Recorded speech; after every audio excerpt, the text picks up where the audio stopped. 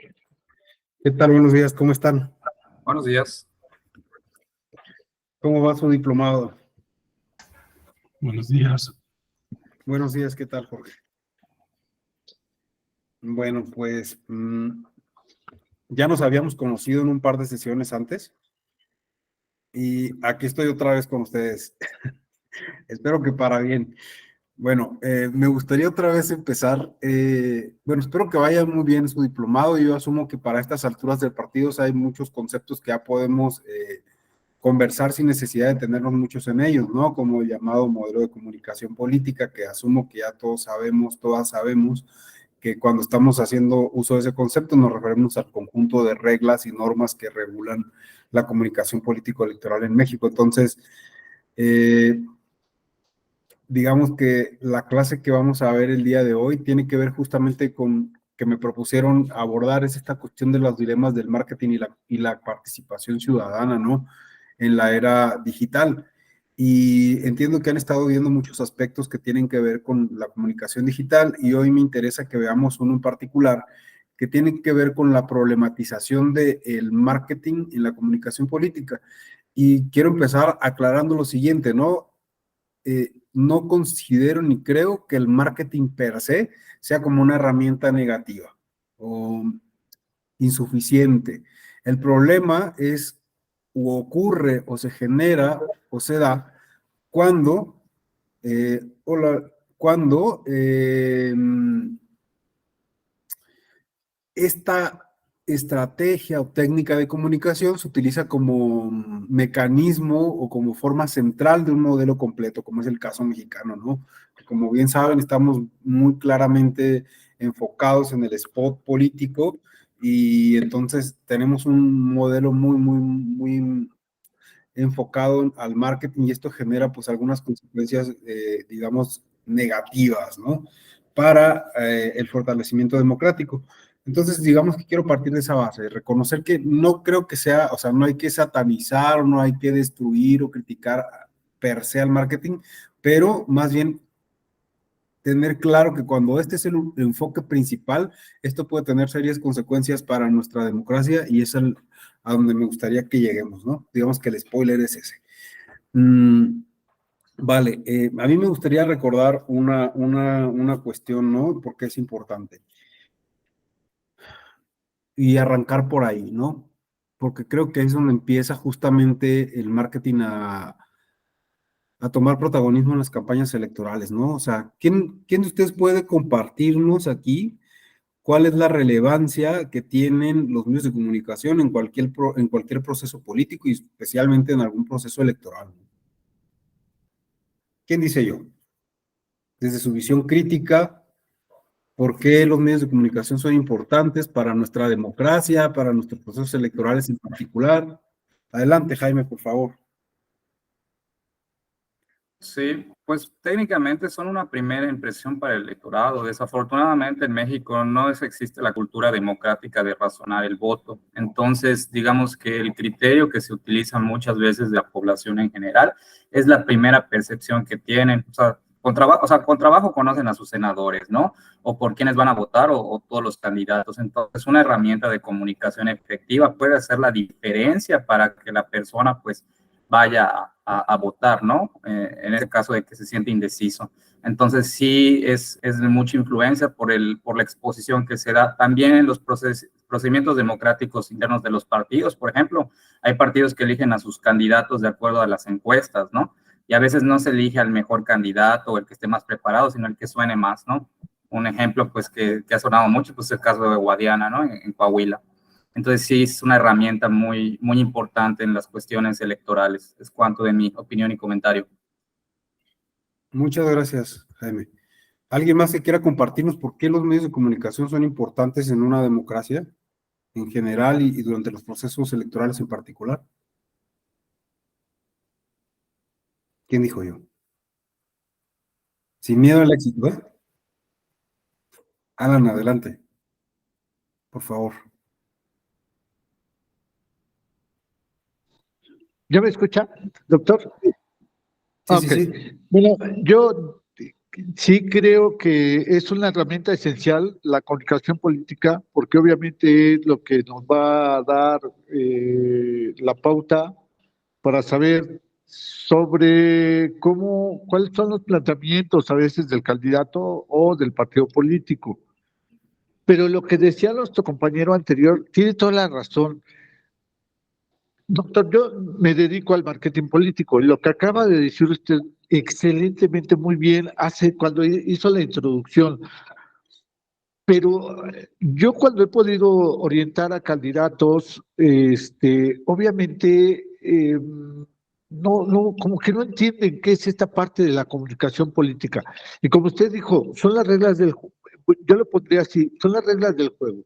Son las normas legales. O sea, no podemos hacer esto porque te vas a meter en un problema. Siempre se le dice al candidato o se le orienta a que el posicionamiento tanto de su difusión y lo que él nos pide para poderlo ir posicionando en el electorado, al final queda en como una simple sugerencia. Y creo que eso la gente no está acostumbrada, sigue siendo como que ese voto corporativo masivo, doctor. O sea, bien lo dijo, como el caso de Guadiana, ¿no? En Coahuila. O sea, digo, ¿cuál es la verdadera democracia interna dentro de los partidos? Han modificado tanto bajo el amparo del INE y bajo el amparo del Tribunal Electoral, que todos, ¿cómo es un partido que si yo promuevo la democracia interna, salgo con que los candidatos son elegidos por la cúpula, ¿no? O sea, por los presidentes estatales. Y bueno, ¿y dónde está la decisión de tus militantes? O sea, en el diplomado de justicia entrepartidista que imparte el tribunal, doctor, queda muy bien las reglas del juego de lo que deben ser los partidos y lo que no son en este momento. Entonces, para mí, para ya concluir, doctor, como que seguimos todavía en esa inercia. ¿Queremos democracia? Sí, pero no sabemos cómo usarla. Muchas gracias. No, gracias a ti. Y bueno, ahí es bien interesante porque usted está hablando de los partidos políticos, ¿no? A mí me interesaría también, además, enfocar esto a la ciudadanía, ¿no? O sea, y también de cómo los partidos políticos juegan o no juegan en contra de la ciudadanía a veces, ¿no? Y cómo la comunicación política tiene mucho que ver con esto, ¿no? Y en ese sentido yo les preguntaba, bueno, ¿cuál es el rol o el papel que dentro de los modelos de comunicación política juegan o han jugado los medios de comunicación, ¿no? Desde los tradicionales hasta las nuevas tecnologías digitales, que es lo que en este momento nos tiene acá. Como bien saben algunos de ustedes, o si no lo saben, bueno, pues yo vengo del campo de la comunicación, entonces asumo de repente se me va el rollo de que no todos andamos como con esa antena de entender cómo la comunicación y el fenómeno de la comunicación política ha ido evolucionando a lo largo de los años, ¿no? Y cómo el rol que se le atribuye a la comunicación ha ido ocupando un lugar distinto también a medida que se van complejizando las tecnologías y las interacciones sociales y los mecanismos de apropiación social de la comunicación política. Yo empezaba preguntando qué rol tienen los medios de comunicación en una democracia, porque desde el principio de los estudios de la comunicación, de la relación entre comunicación y política, siempre se les ha dado a los medios de comunicación un papel, digamos, preponderante justamente en la construcción del espacio público. Y en principio, esto se ha ido intentando pues explicar a través de diferentes teorías y modelos de comunicación que nos dicen cuáles serían los modelos idóneos para fortalecer un sistema democrático, ¿no?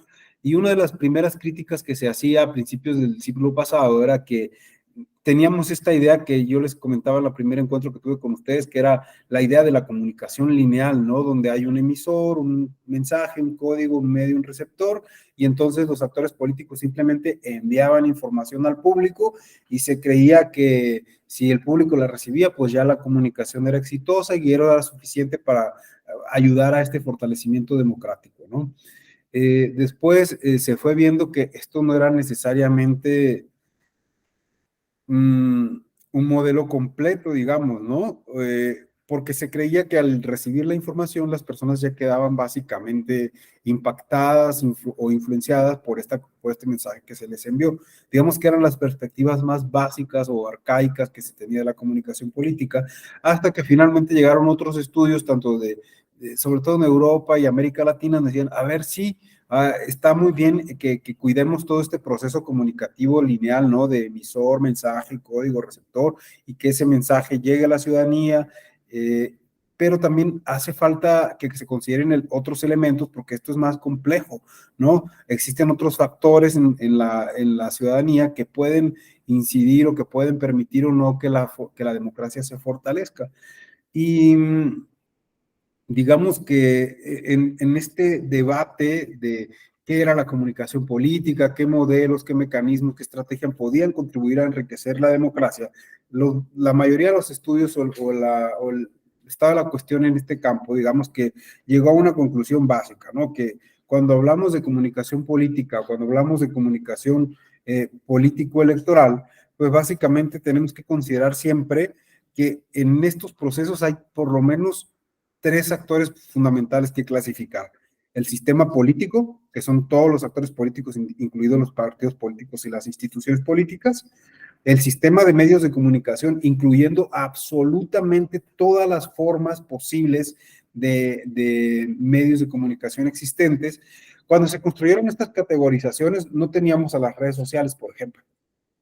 No, que había más bien estos medios tradicionales, grandes medios, la prensa, la radio, la televisión, etcétera, y estas nuevas plataformas y mecanismos no estaban todavía en el panorama, pero evidentemente se incluyen en este tándem, digamos, de quiénes son los tres actores fundamentales: el sistema político, el sistema de medios y digamos que se podría considerar también al sistema social, que sería la ciudadanía, ¿no? Como para clasificar y hacer operativo el análisis, el estudio y demás. Entonces, siempre hay que tener en cuenta que cuando hablamos de comunicación política y vamos a hablar de marketing digital y lo que sea, y cualquier estrategia comunicativa, por lo menos tenemos que considerar que están estos tres grandes actores jugando en este campo de la comunicación. Por supuesto, decir el sistema de medios es amplísimo, ¿no?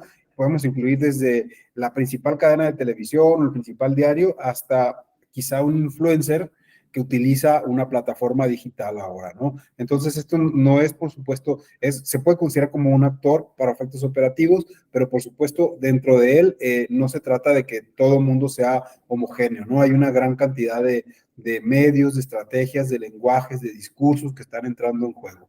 Lo mismo cuando hablamos de actores políticos, ¿no? No todos los partidos tienen las mismas relaciones con distintos medios, con diferentes grupos de poder, entonces hay unos que tienen más poder que otros, y lo mismo los actores políticos per se, hay algunos que en este momento pueden llegar a tener más influencia, más poder, más control sobre los demás. Entonces, bueno, pues se trata de actores en sí heterogéneos que están interactuando. ¿Para qué están interactuando? ¿Cuál es el objetivo de la comunicación política al final? ¿De qué se trata? O sea, nada más dar a conocer a la ciudadanía información. ¿Para qué existen estos tres actores?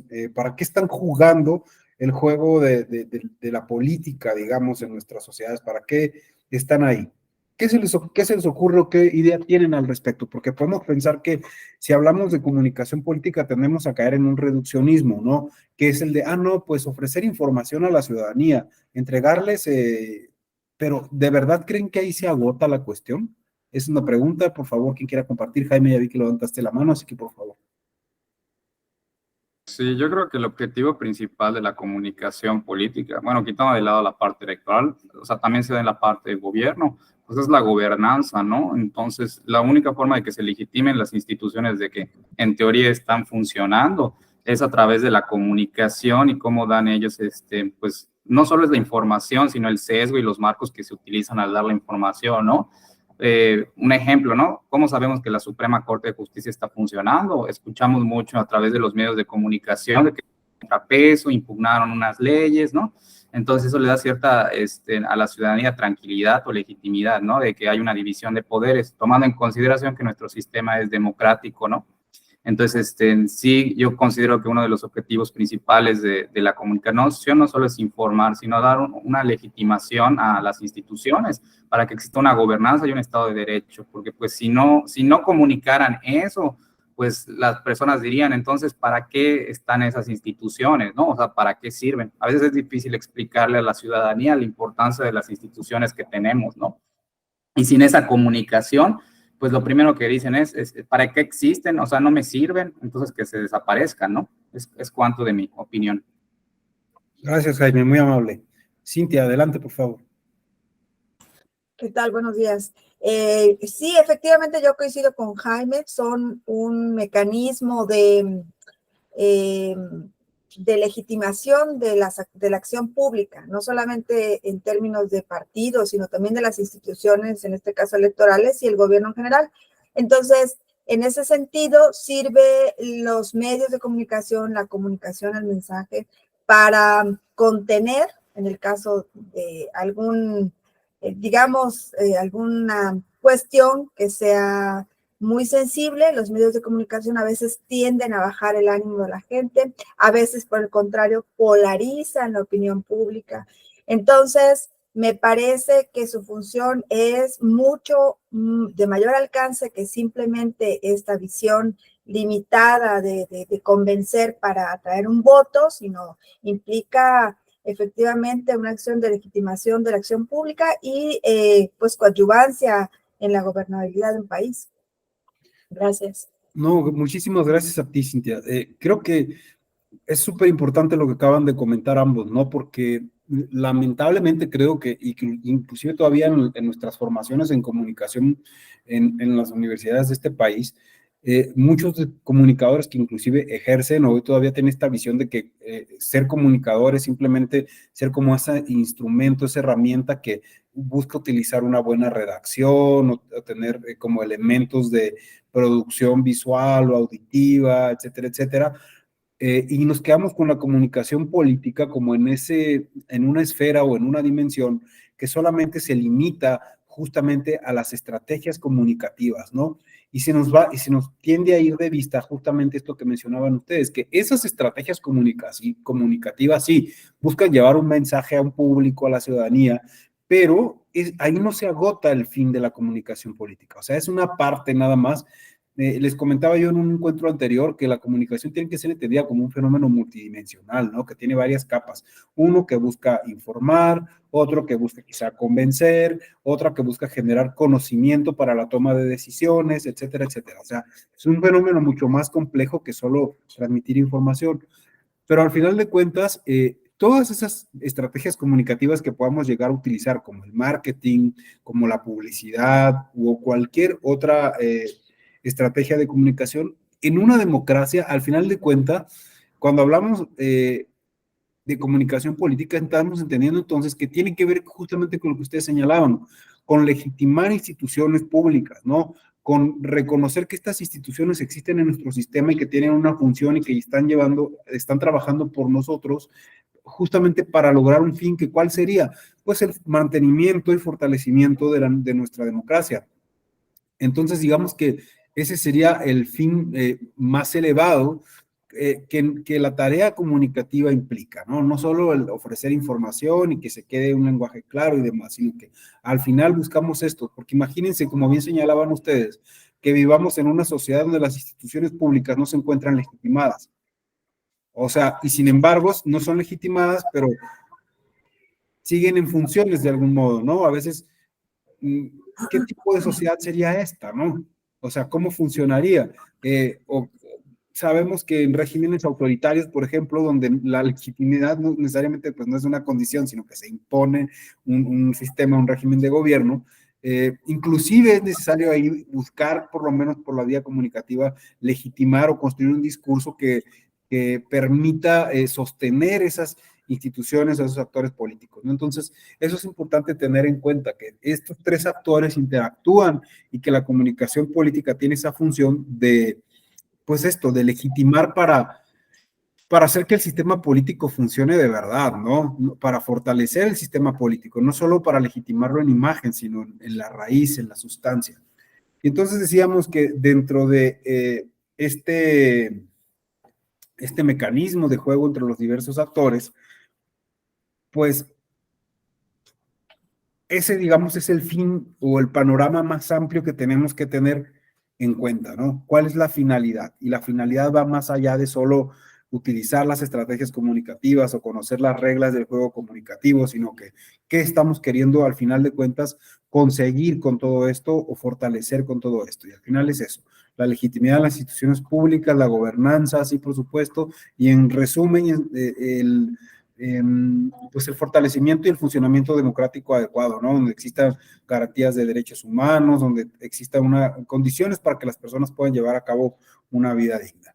Y en este marco decíamos al principio que, bueno, ¿cuál es entonces el rol del marketing en una democracia? ¿Por qué es un tema que hay que ver y por qué nos debería preocupar o ocupar más bien? ¿Por qué tenemos que ponerle atención, no?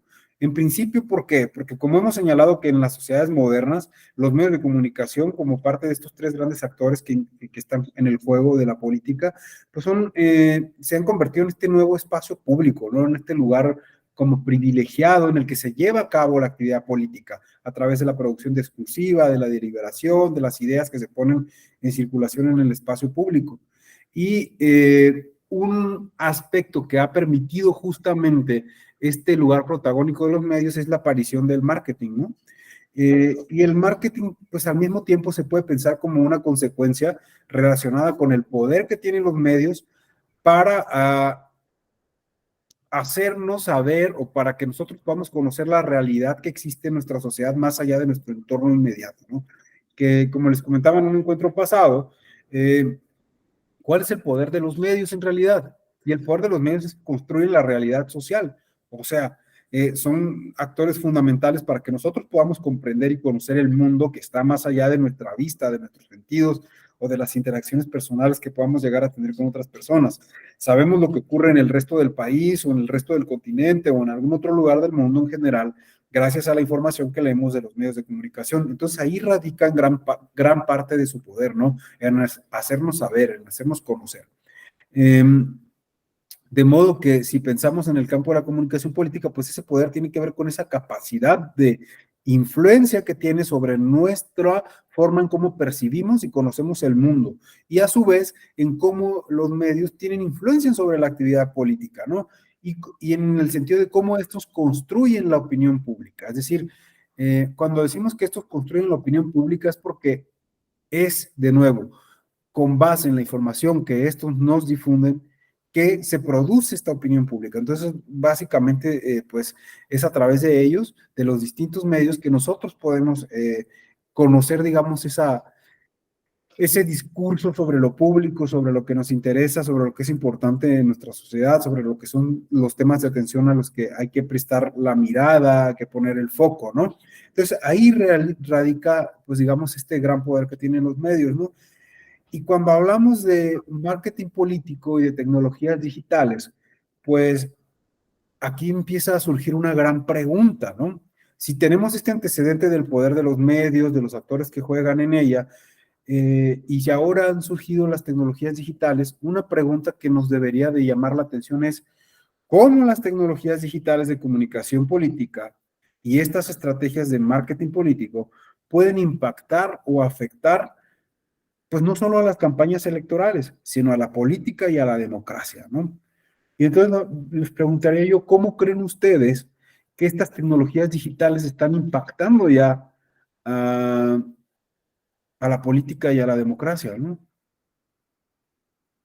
¿Han tenido oportunidad de analizar, observar con base en las experiencias en los últimos procesos electorales o con base en lectura que ustedes hayan hecho? ¿Cuál es el impacto, o en su vida cotidiana, digamos, cuál consideran que es el impacto que las tecnologías digitales están teniendo, pues en la política y en la democracia o en los procesos electorales en particular? Y qué puede tener de positivo, pero qué puede tener también de problemático, si es que consiguen advertir hasta este momento alguna situación, digamos. ¿Alguien que quiera compartir? ¿Por qué el tema de las tecnologías digitales nos debe de preocupar o no en términos de política? Jaime, adelante. Sí, como usted comentaba, maestro, los medios de comunicación y la información construyen la opinión pública, ¿no? No es que esté desplazando a las antiguas generaciones, ¿no? Pero pues se entiende que cada vez la nueva generación, de hecho, no sé si en este curso, pues nosotros estamos hablando de la generación Z, ¿no? De los nativos digitales, no, de los alfa, me parece que son los nativos digitales. Es una visión al futuro, es lo que sigue, ¿no?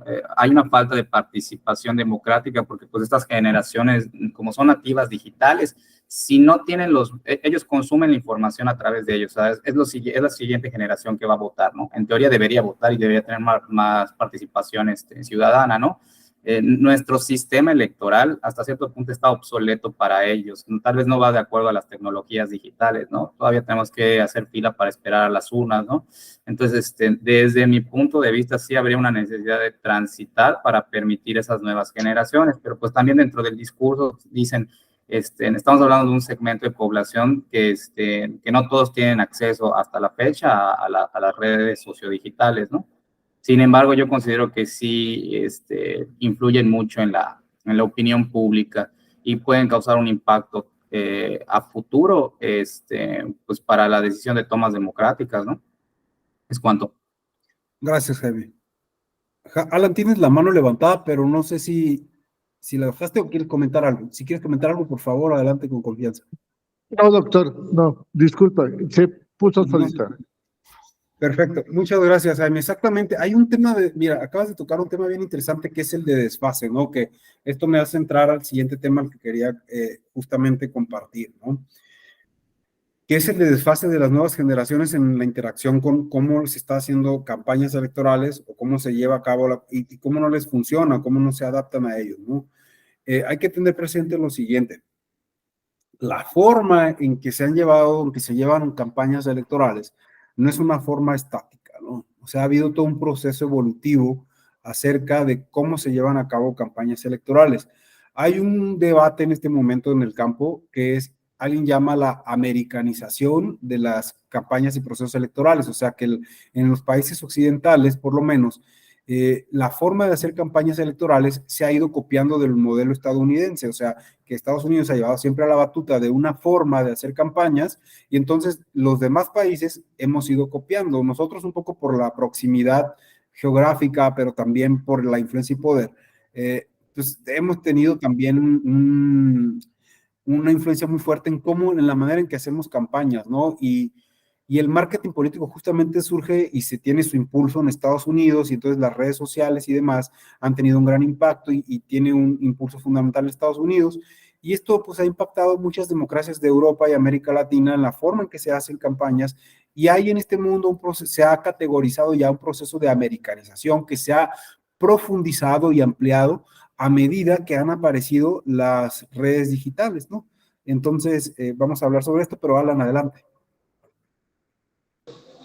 Gracias, doctor. De hecho, nada más para comentarlo, hace unos días o tendrá como una semana o por lo mucho dos, el Universal saca un artículo, la verdad se me hizo muy, muy interesante, sobre el cambio de estrategas que hace Claudia Sheinbaum.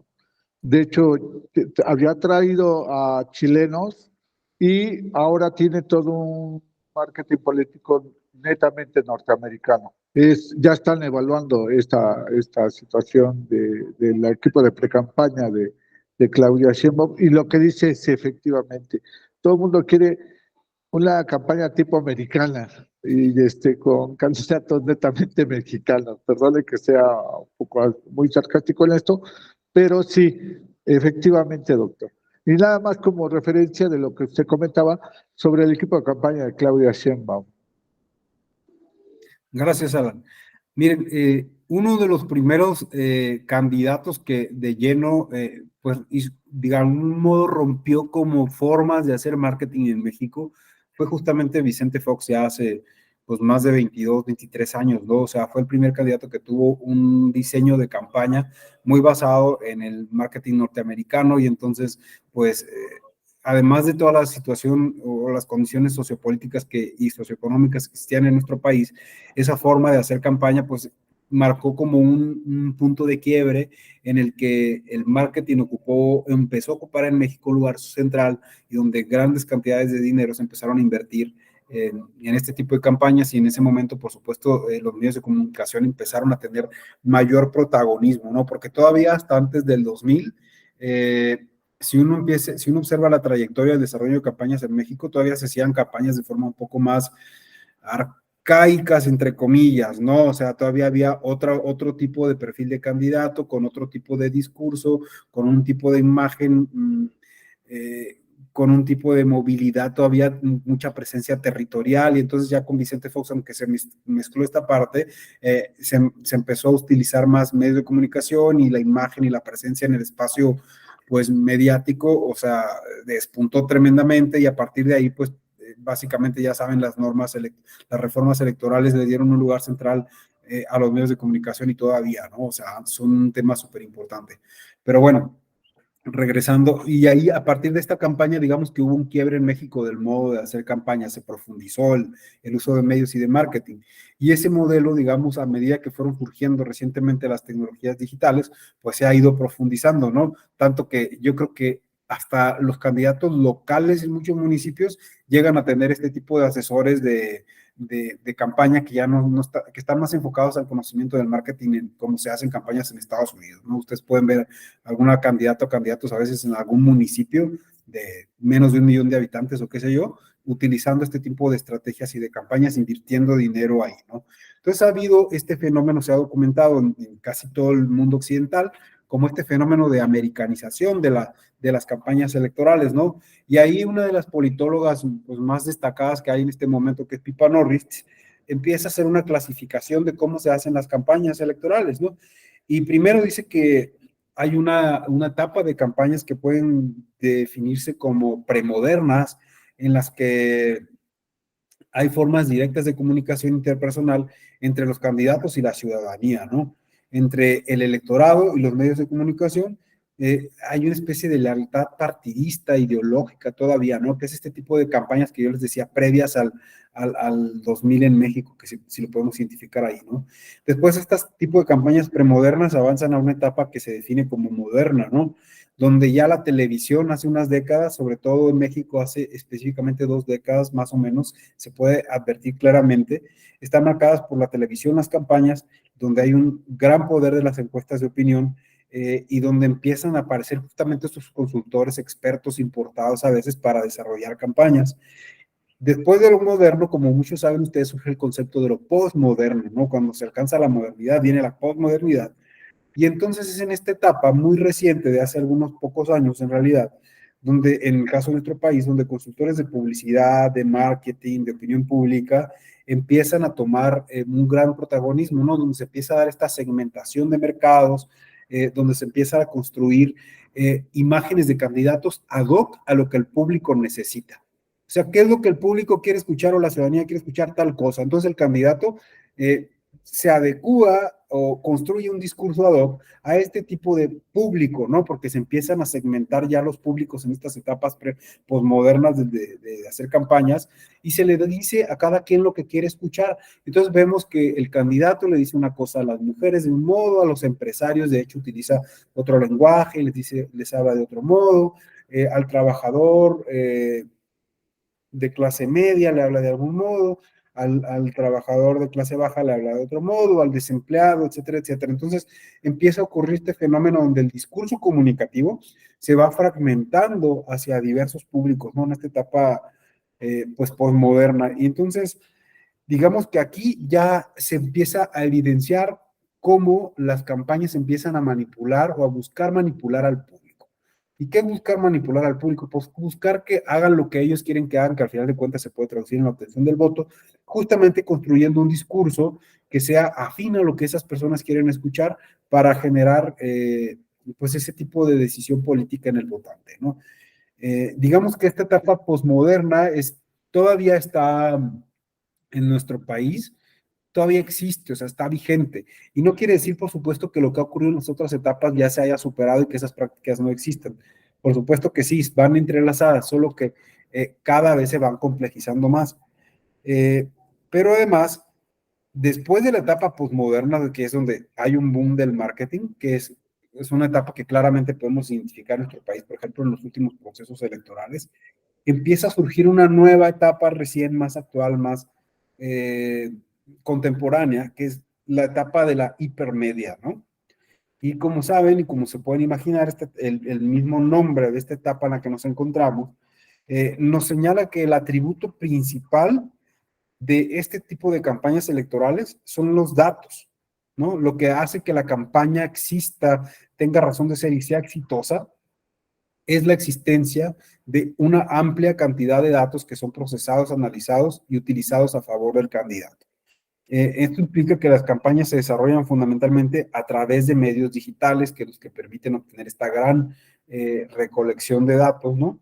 En esta etapa de la comunicación política, digamos, el público ya no es solamente el receptor del mensaje dirigido, sino que además, en teoría, por lo menos, la ciudadanía se convierte también en productora de contenido, se convierte en emisor de mensajes, y durante campañas político-electorales, pues puede llegar a tener un rol protagónico justamente produciendo sus propios mensajes, sus propias opiniones y expresándolas a través de diversas plataformas. Ahí tienen Facebook, Twitter o cualquier otra que ustedes quieran mencionar, ¿no? Entonces aquí ya hay otro rol de la ciudadanía. Y se supone, bueno, esta etapa que es en la que estamos ahora, que no sabemos bien cuánto tiempo va a durar, porque recientemente ya tenemos otros fenómenos nuevos, además de las redes sociales, ¿no? Está apareciendo, como saben, cada vez más el uso de la inteligencia artificial en estas interacciones. O sea, ¿a dónde nos va a llevar? ¿Qué va a pasar con la aparición de la inteligencia artificial más abierta, digamos, en cuanto al acceso al público y en la utilización de las campañas? No sabemos si esto va, después de esta etapa de hipermediatización en la que estamos, qué va a suceder, pero por lo pronto, en esta etapa en la que nos encontramos, pues otra de sus características es que se crean algoritmos, ¿no? Y en las campañas ahora ya no se crean con las clásicas o estrategias análogas, sino que se crean a partir de algoritmos, de modo que los algoritmos lo que permiten es una hiperfragmentación del público, ¿no? ¿Esto qué quiere decir? Que si antes el candidato, por ejemplo, construyó un discurso, no sé, para los empresarios, ahora, gracias a esta gran cantidad de datos y a esta hipermediatización, lo que puede hacer es construir un discurso específico para los empresarios del ramo tal, y dentro de los del ramo tal, a los que se dedican o hacen a tal cosa. O sea, hay una especificación o una fragmentación tan específica, tan puntual, que se construyen múltiples discursos, ¿no? Muy específicos a los que les habla cada candidato justamente para influir en ellos y hacer que tomen decisiones. Entonces, ¿qué está generando esta hiperfragmentación de públicos e hiperfragmentación de discursos? Que se están generando minorías, ¿no? O sea, que en lugar de hablarle a una colectividad con un sentido común, implícitamente, al estar yo fragmentando, es como si hiciera una cuadrícula de ajedrez, ya no le hablo a toda la tabla, le hablo a un cuadrito una cosa, al que está abajo le digo otra cosa, al que está a la derecha otra cosa. Entonces hay una fragmentación de la ciudadanía. Ya la ciudadanía desde este punto de vista no se ve tanto como un todo, sino como un público muy específico, y entonces esto genera un problema bastante serio, que se empieza a reducir la deliberación pública en torno a lo que como sociedad nos afecta a todos. Y esto empieza a afectar y a menguar claramente la idea misma de política, porque si ustedes lo recuerdan ¿qué es la política, no? ¿Cuál es la concepción básica de la política? O sea, ¿de qué se trata la política al final de cuentas? Y para no ser como muy largo el asunto o un debate muy amplio de la política, simplemente hay que recordar que la idea de política tiene que ver con aquello del bien común, ¿no? O sea, en el corazón de la política del centro está la búsqueda del bien común. De eso se trata la organización política. Por eso nos organizamos como en comunidades o en grupos sociales para la búsqueda del bien común, o sea, lo que trasciende el interés individual y se busca el bienestar colectivo. Y esto se tiene que ver en muchísimos aspectos de la vida, ¿no? Desde la forma en cómo nos organizamos, desde las decisiones que se toman en el ámbito público, hasta cuestiones más amplias como la propia protección del medio ambiente en el que vivimos, ¿no? O los derechos humanos con los que contamos. Entonces, un gran problema que está generando esta hiperfragmentación del público con las campañas como están haciendo en este momento y con la forma de comunicación política que se está impulsando y con este modelo que estamos copiando justamente, en muchos países occidentales, es que se está diluyendo justamente esta idea de bien común para ir a hacer pues esta hiperfragmentación. Entonces, de algún modo, lo que este tipo de campañas están generando es lo que se llama el eclipse del público, ¿no?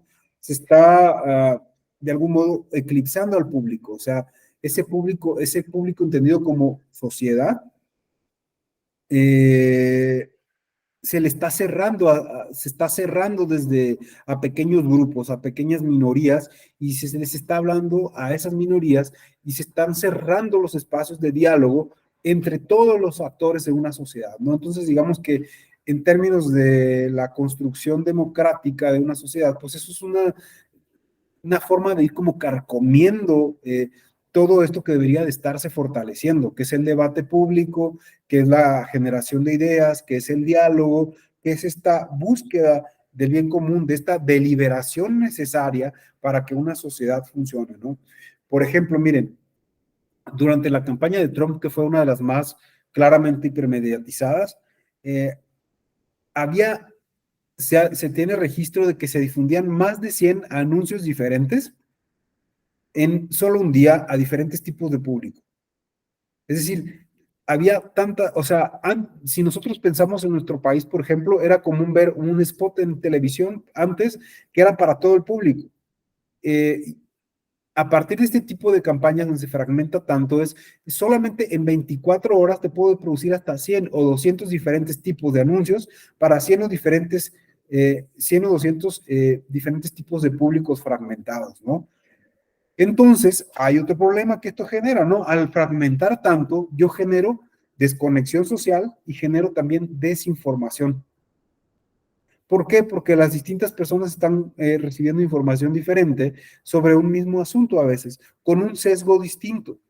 Y esto, por supuesto, genera una percepción de la realidad distorsionada. Entonces, ¿cómo va a haber debate público si cada grupo está teniendo una percepción distinta porque está recibiendo información distinta? Está recibiendo justamente, ¿qué es lo que sucede cuando tenemos una percepción diferente? Porque así no nos están dando la información, pues que difícilmente podemos llegar al diálogo, difícilmente podemos llegar a crear, o más difícilmente, no que no se pueda, pero es más difícil llegar a crear coaliciones y un discurso común que nos permita luchar por aquello que, valga la redundancia, es del interés común, ¿no? Justamente es como si esto que está sucediendo en este momento va en contra de la misma idea de comunicación política, que la comunicación, de nuevo, es un punto es aquella estrategia y ciencia, que ese campo que busca generar espacios de diálogo y de encuentro para la deliberación pública. Pero con estas estrategias que estamos utilizando en los medios digitales y en el marketing digital, pues estamos yendo en contra, por lo menos, de esas concepciones originales que teníamos de la comunicación como producción del espacio público, ¿no? De aquel lugar donde lo que simbolizamos, creemos, compartimos las ideas, creencias, etcétera, en una sociedad, se encuentran para fortalecer, pues, nuestra vida social y para mejorar las condiciones en las que vivimos y podemos desarrollar nuestra vida, ¿no? Entonces, digamos que en parte, pues ese es uno de los problemas que está generando esta hipermediatización, ¿no? Esta automatización de algún modo de la comunicación política, porque es ahora a través de bots, pues, de programas de computadora, que se crean mensajes específicos, ¿no? Así que si esto está generando, entonces con esto surgen dos campos de problemas que desde la comunicación tenemos que observar. Por un lado, ya decíamos que tenemos este surgimiento de este nuevo modo de hacer campañas hipermediatizadas, donde la propia tecnología permite hiperfragmentar más bien a los públicos y a los discursos, y entonces se pierde la deliberación. Pero por otro lado, además, tenemos que el marketing político que se está usando de por sí ya tiene algunos problemas, ¿no? Algunas cuestiones problemáticas más bien. Y que históricamente se ha estudiado que genera como cuestiones adversas. Por ejemplo, ¿cuál es el problema que tenemos de que se utilice el marketing como una de las principales formas de comunicación? Una de las principales cuestiones es que, como ustedes sabrán, el marketing lo que busca es vendernos un producto o un servicio. Y para vendernos ese producto o servicio nos habla en un lenguaje particular que nosotros queremos escuchar.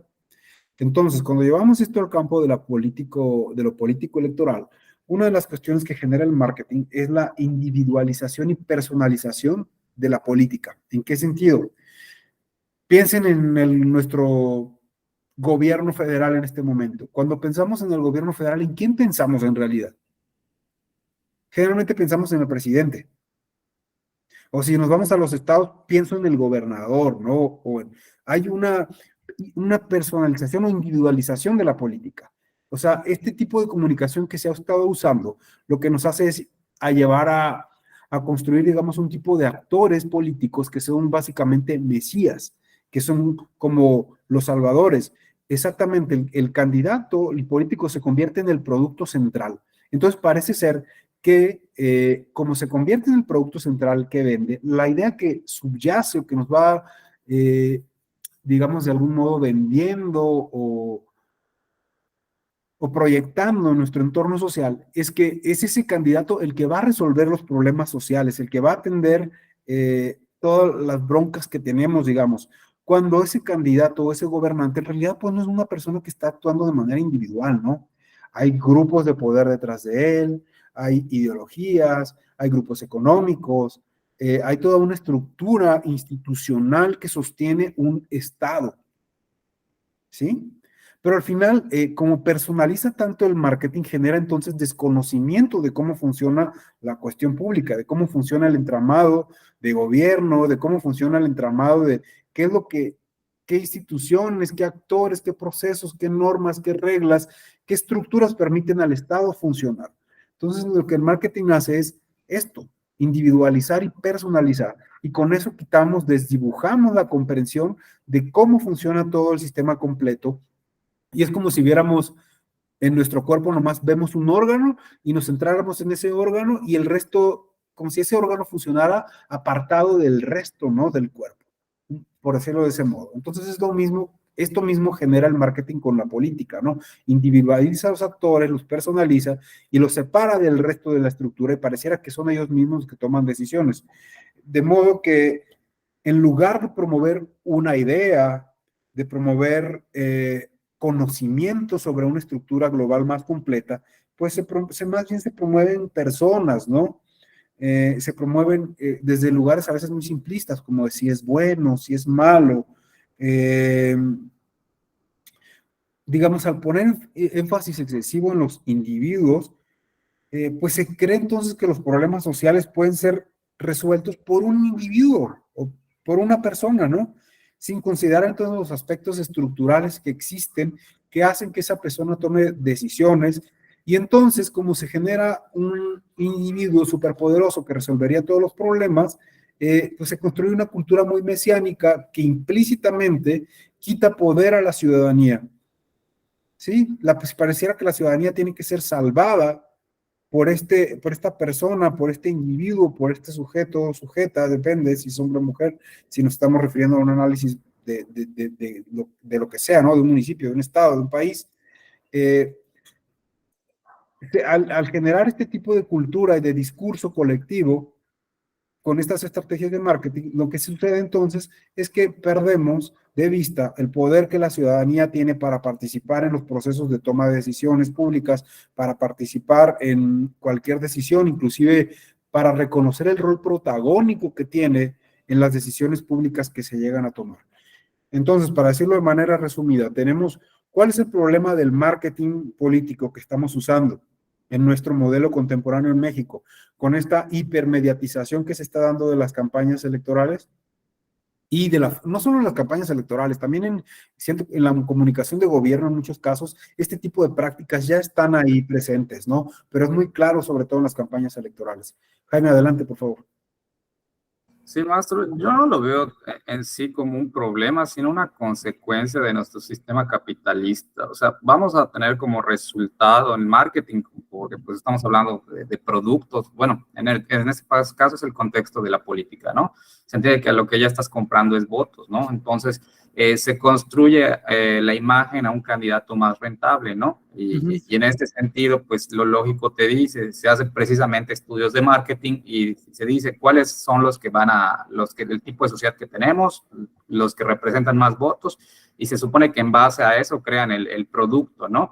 Como usted bien dice, se vio reflejado en una figura mesiánica, ¿no? No digo que sea la idónea, ¿no? Sino más bien creo que es una respuesta del mercado que existe actualmente. En teoría, si en un futuro cambiara ese mercado, también cambiarían las estrategias de marketing, ¿no?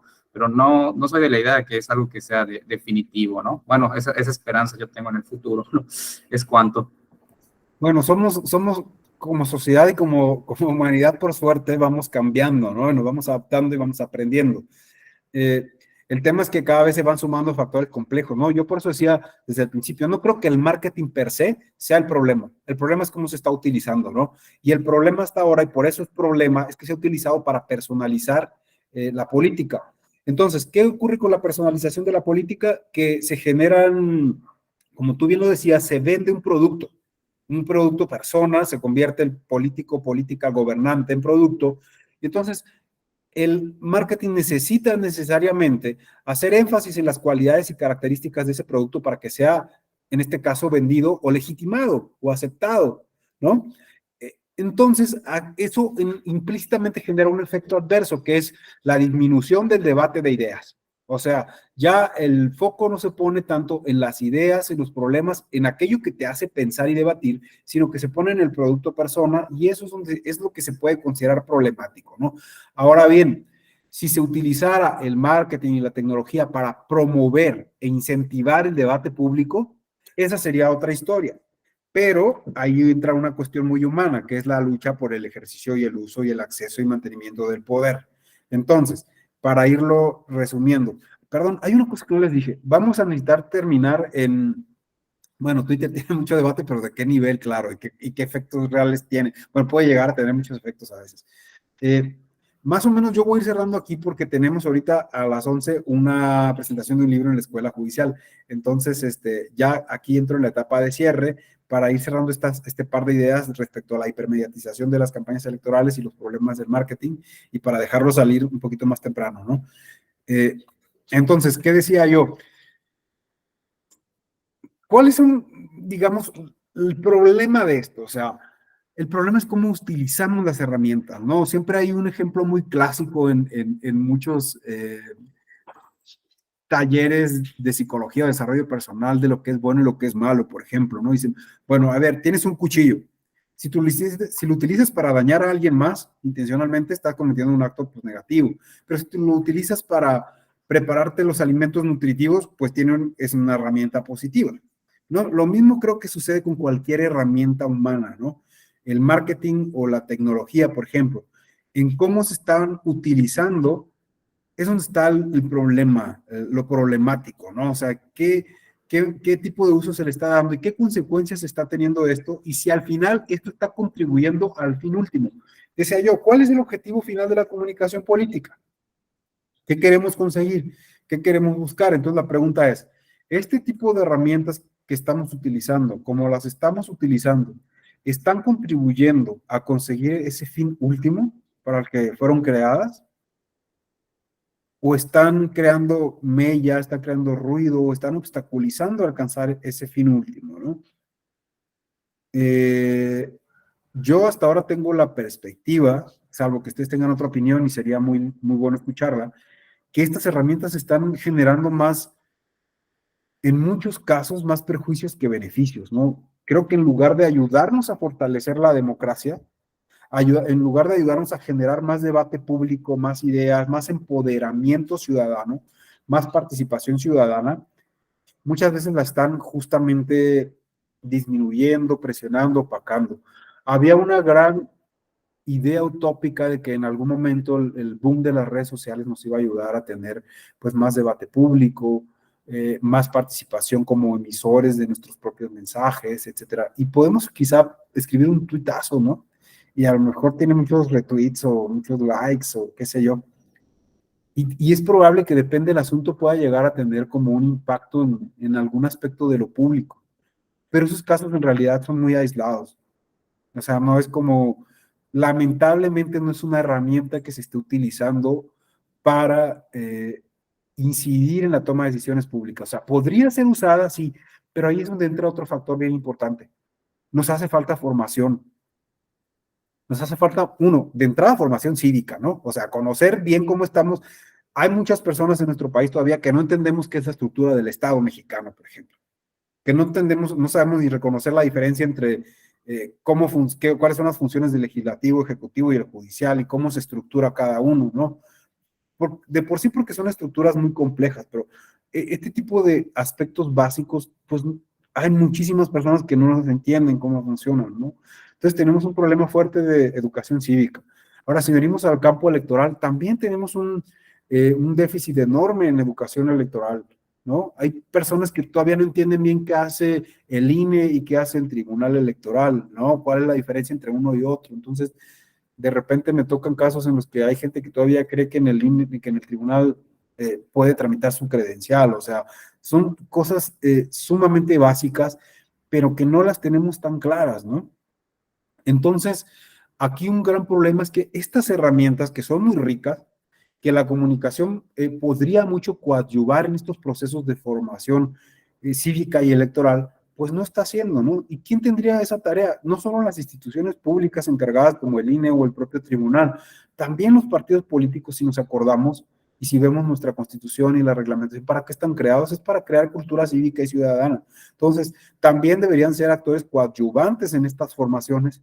Y está bien, forman a sus cuadros y eso está muy bien, pero muchos de los recursos que tienen, que son mensajes abiertos a la ciudadanía, también podrían ser utilizados para fomentar esta formación cívica y ciudadana, ¿no? Y esto no está ocurriendo. Entonces, hay de repente una búsqueda, el uso de estas herramientas está muy enfocado, pues, al mantenimiento o la obtención del poder público para, pues, en parte se entiende que es la cuestión, digamos, natural de estos actores, o sea, quieren acceder al poder, para eso están ahí, ¿no? Y no podemos ignorar esa realidad esencial o básica. Pero también tienen otras tareas, ¿no? Otras tareas que deberían de coadyuvar a empoderar a la ciudadanía.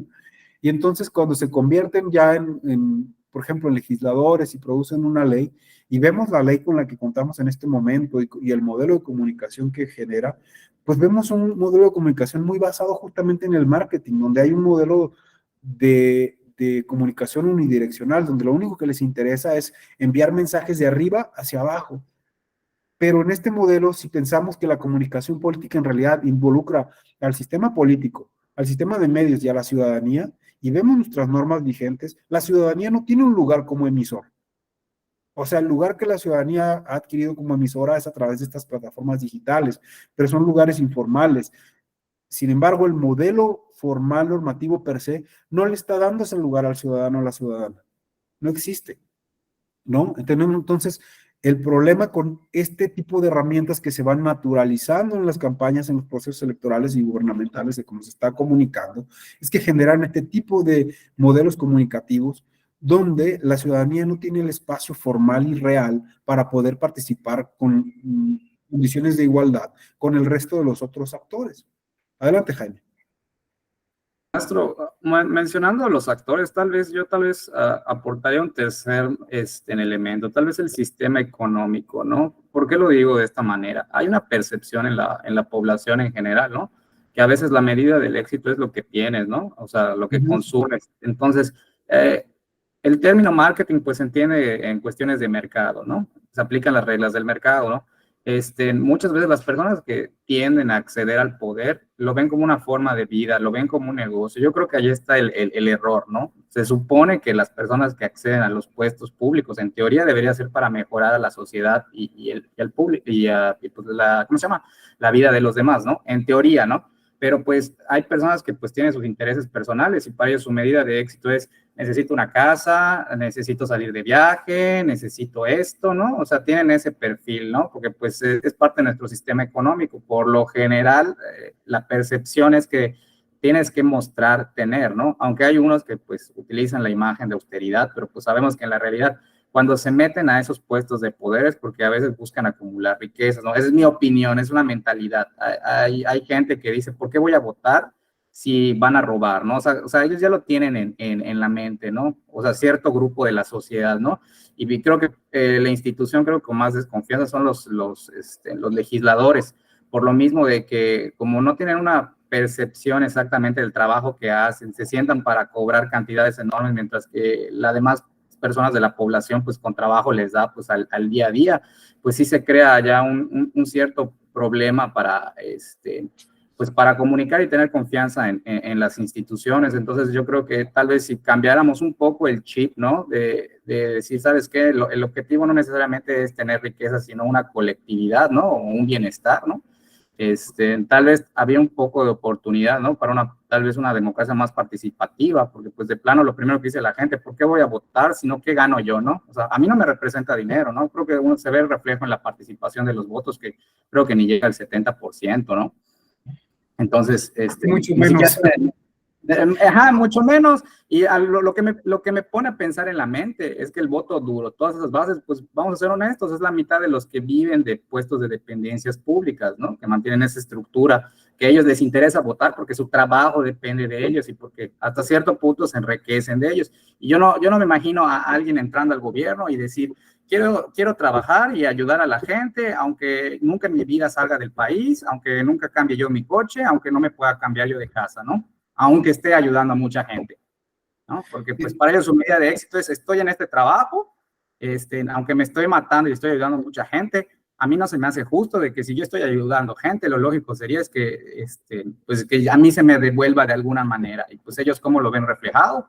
Pues bueno, sería tener viajes, tener una mega casa, tener un carrazo, o sea, van a buscar de tenerlo de una u otra forma. Pero ojo, es una opinión personal, ¿no? Tampoco digo que mi opinión sea la definitiva, solo es la percepción que veo que tienen muchas personas que buscan acceder a los puestos de poder, que pues finalmente esa es pues su pretensión, ¿no? Porque pues el capitalismo así nos lo dice, ¿no? Es cuanto. Gracias, Jaime. Mira, pues definitivamente todos necesitamos tener un salario que retribuya nuestro trabajo, ¿no? O sea, eso es innegable, o sea, pues es un derecho también y una garantía alcanzada, ¿no? Ahora bien, creo que finalmente tu opinión un poco nos indica justamente este problema, ¿no? Hablabas de una democracia participativa, pero justamente el problema es que quizá necesitamos tener para participar esta democracia deliberativa, que es lo que se necesita que se produzcan estas ideas, ¿no? El por qué la política, el por qué la democracia, el por qué alguien participa en la cuestión pública, el por qué alguien va a decidir votar, el por qué alguien va a decidir inclusive no votar, o sea, qué implicaciones tiene y qué consecuencias va a tener después esto en la vida o en la economía, etcétera, etcétera. Pues para eso se necesita una democracia deliberativa, ¿no?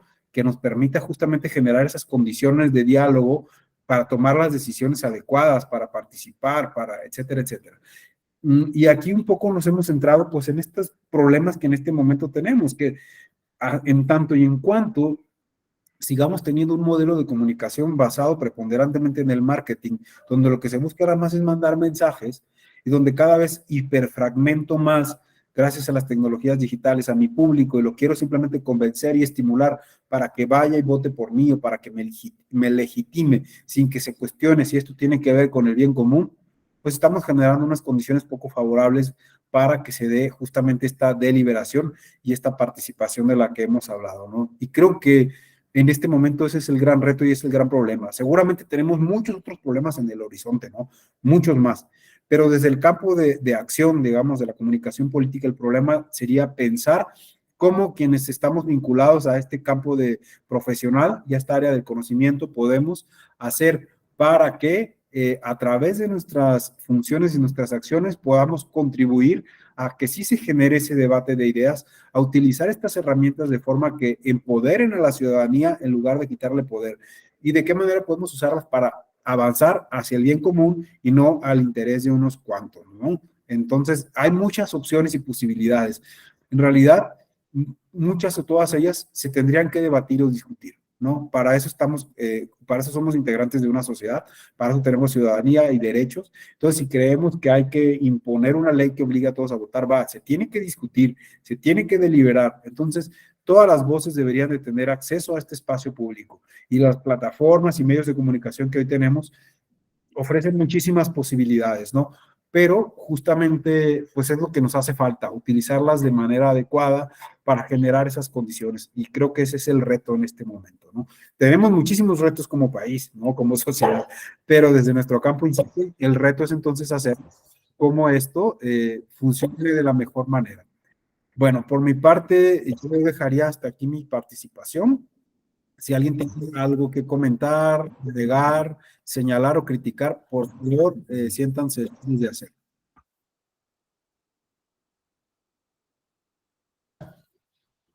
Si no hubiera ningún comentario o participación, yo no me resta más que agradecerles muchísimo su atención y su tiempo. Es un honor y un gusto para mí compartir con ustedes. Espero haber dejado alguna idea, pregunta o algo que les ayude a seguir cuestionándose y formándose y ampliando su experiencia y su capacidad de conocimiento o de interés a una sociedad más democrática. Muchísimas gracias. Muchas Buen día. gracias. Que estén bien, cuídense. Gracias. Bonito día. Gracias, Eve. Nos vemos.